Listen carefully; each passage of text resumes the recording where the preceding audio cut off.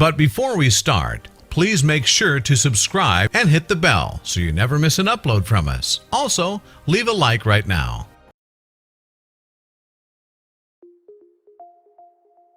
Australia is one of the most naturally beautiful places in the entire world.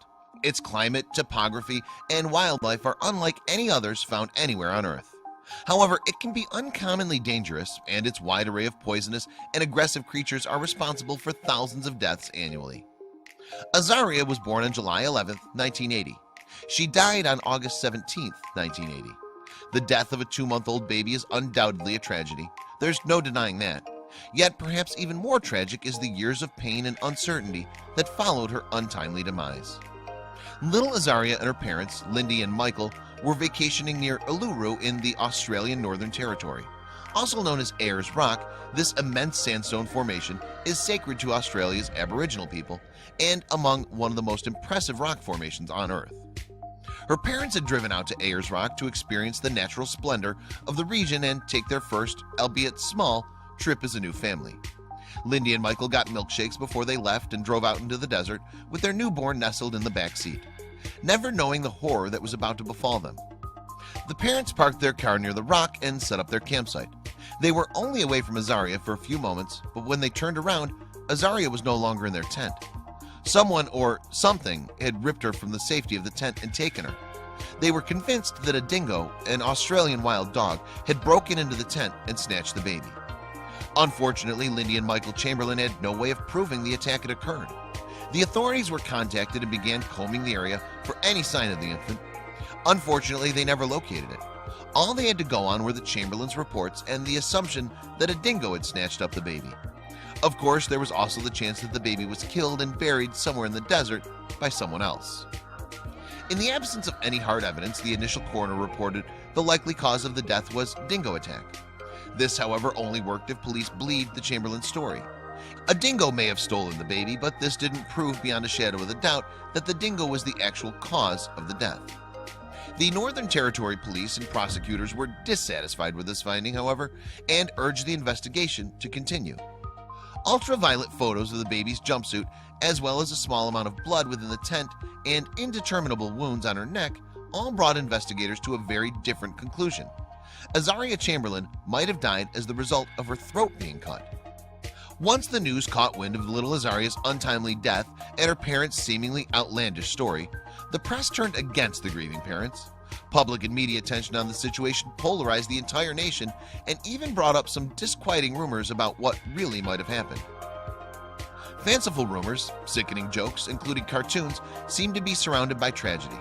There was a great deal of antagonism directed against Lindsay in particular, who many agreed did not behave as a grieving mother ought to have. As the authorities began to build their case against the Chamberlains, the wild theories began to fly about.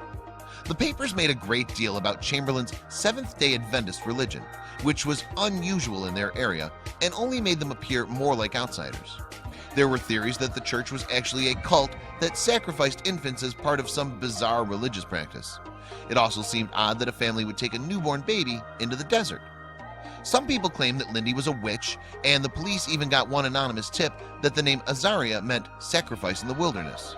It means God helped, but that's neither here nor there. In any case, the damage was done. The police had more than enough to bring both the Chamberlains to court. The police alleged that Lindy Chamberlain had cut Azaria's throat in the front seat of the family car before hiding the baby's body in a large camera case. Only once she'd made it back to the campsite and run into other campers did she finally set up the crime scene so as to make it appear that a dingo had broken into the tent and snatched the baby. It was alleged that once the couple and the other campers had gone to look for the baby, she surreptitiously disposed of the body, knowing that a dingo would undoubtedly come and scavenge for it. The case was the most publicized trial in Australian history. What's more, Lindy and her husband were looking more and more guilty by the day. When Lindy Chamberlain was questioned about Azaria's clothes that day, she mentioned a small jacket over the jumpsuit. The jacket wasn't found with Azaria's body, which of course led the jury to believe that she was lying. Not only that, but the baby's singlet was also on backward. She swore that she'd been rushed, didn't realize it was on wrong, but it was too late. The defense's case was ultimately rejected by the jury. On October 29, 1982, Lindy Chamberlain was convicted of murder and sentenced to life imprisonment. Her husband Michael was also found guilty as an accessory after the fact and given a much less severe 18-month suspended sentence. Nevertheless, the story wasn't over yet. In 1986, an English tourist named David Brett fell to his death while visiting Ayers Rock. 8 days later, the police found his remains lying below where he'd fallen amidst a whole host of dingo lairs. As they scooped up his remains, police discovered something peculiar: a torn infant's jacket. The clothing was the missing piece of evidence that the defense needed. It rejected two key points of the prosecution's case and of indicated bias and invalid assumptions made during the initial trial. The case was brought before a new judge who deliberated for nearly 2 years on the validity of the initial findings and verdicts. On September 15, 1988, Lindy and Michael Chamberlain's convictions were appealed.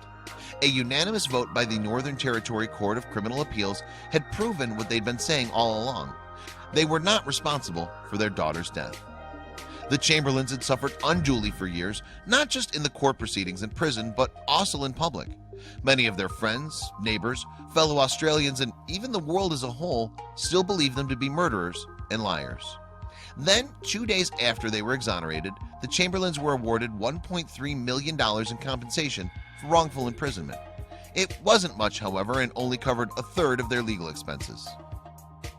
In 2012, which was about 32 years after Azaria's death, the Chamberlains' version of events was officially confirmed. A coroner re-examined the details of the case and compared it to the newfound information on the brazen behavior of modern dingoes. Azaria's death was, in fact, the result of a rare and unexpected dingo attack. Since the story broke in fall of 1980, numerous books have been written about the case. It's been made into a TV movie, a feature film, a miniseries, a play, an opera, and a concept album. It's also been referenced in pop culture many times over the years, most notably by the Elaine character on the sitcom Seinfeld.